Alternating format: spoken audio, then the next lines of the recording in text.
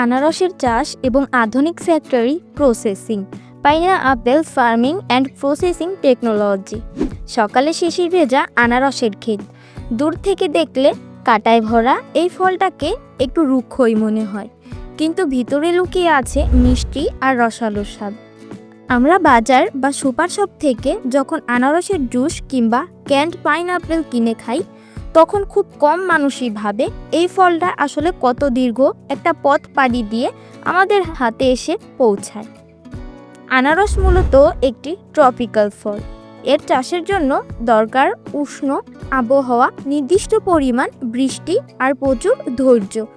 কারণ একটি আনারস গাছ লাগানোর পর ফল পেতে সময় লাগে প্রায় 18 থেকে 24 মাস। প্রায় 2 বছর ধরে কৃষকরা গাছের যত্ন নেয়, আগাছা পরিষ্কার করে, সঠিক সময়ে পানি দেয়। আধুনিক চাষাবাদে ড্রিপ ইরিগেশন পদ্ধতি ব্যবহার করা হয়, যাতে পানির অপচয় কম হয় এবং প্রতিটি গাছ ঠিক যতটা দরকার ততটাই পানি পায়।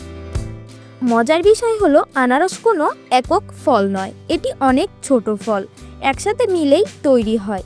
ধীরে ধীরে সবগুলো অংশ বড় হয়ে একটি পূর্ণাঙ্গ আনারসে রূপ নেয়। যখন ফল পেকে সোনালি রং ধারণ করে, তখনই শুরু হয় সবচেয়ে ব্যস্ত সময়, হারভেস্টিং বা ফসল সংগ্রহ। ছোট খামারের এখনও অনেক জায়গায় হাতে হাতে আনারস তোলা হয়, কিন্তু বড় কমার্শিয়াল ফার্মগুলোতে এই কাজ আধুনিক হারভেস্টিং মেশিন দিয়ে একের পর এক আনারস কেটে নেওয়া হয় এবং সরাসরি কনভেয়ার বেল্টের মাধ্যমে ট্রাক বা কন্টেনারে তুলে দেওয়া হয়। যেখানে আগে শত শত শ্রমিকের কয়েকদিন সময় লাগতো, সেখানে এখন কয়েক ঘন্টার মধ্যেই হাজার হাজার আনারস সংগ্রহ করা সম্ভব হয়। এই আনারসগুলো প্রথমে নিয়ে যাওয়া হয় ওয়াশিং প্ল্যান্টে। শক্তিশালী পানির ধারা দিয়ে ফলের গায়ে ময়লা, ধুলো আর জীবাণু পরিষ্কার করা হয়। এরপর এগুলো পাঠানো হয় ফ্যাক্টরির ভেতরে, যেখানে শুরু হয় আধুনিক প্রযুক্তির আসল কাজ। ফ্যাক্টরিতে ঢুকতেই প্রথমে আনারসগুলোকে সাইজ অনুযায়ী আলাদা করা হয়, তারপর অটোমেটিক প্লিং মেশিনে ঢুকিয়ে দেওয়া হয়। চোখের পলকেই এই মেশিনগুলো আনারসের শক্ত খোসা আর ভেতরের কোর আলাদা করে ফেলে। এরপর দ্রুত গতির ব্লেড দিয়ে আনারস কাটা হয় স্লাইস বা ছোট কিউব আকারে। মানুষের হাতে যেখানেই এই কাজ করতে অনেক সময় লাগতো, সেখানে এখন প্রতি মিনিটে শত শত আনারস নিখুঁতভাবে কেটে ফেলা হয়। কাটা আনারসের এক অংশ চলে যায় ক্যানিং সেকশনে, আর এক অংশ ব্যবহার হয় জুস, জ্যাম কিংবা জেলি তৈরির জন্য। সর্বশেষে এগুলো উচ্চ তাপমাত্রায় পাস্তুরাইজ করা হয়, যাতে দীর্ঘদিন পর্যন্ত খাবার ও নিরাপদ ভালো থাকে। এমনকি আনারসের খোসাও নষ্ট করা হয় না।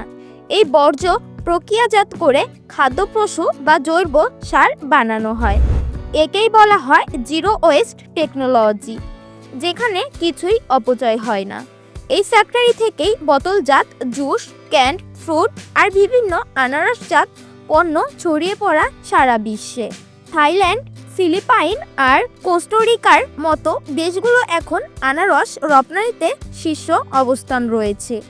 এভাবেই এটি কাঁটাযুক্ত গাছ থেকে শুরু করে আধুনিক মেশিনের নিখুঁত কাটিং পেরিয়ে আনারস পৌঁছে যায় আমাদের নাস্তার টেবিলে।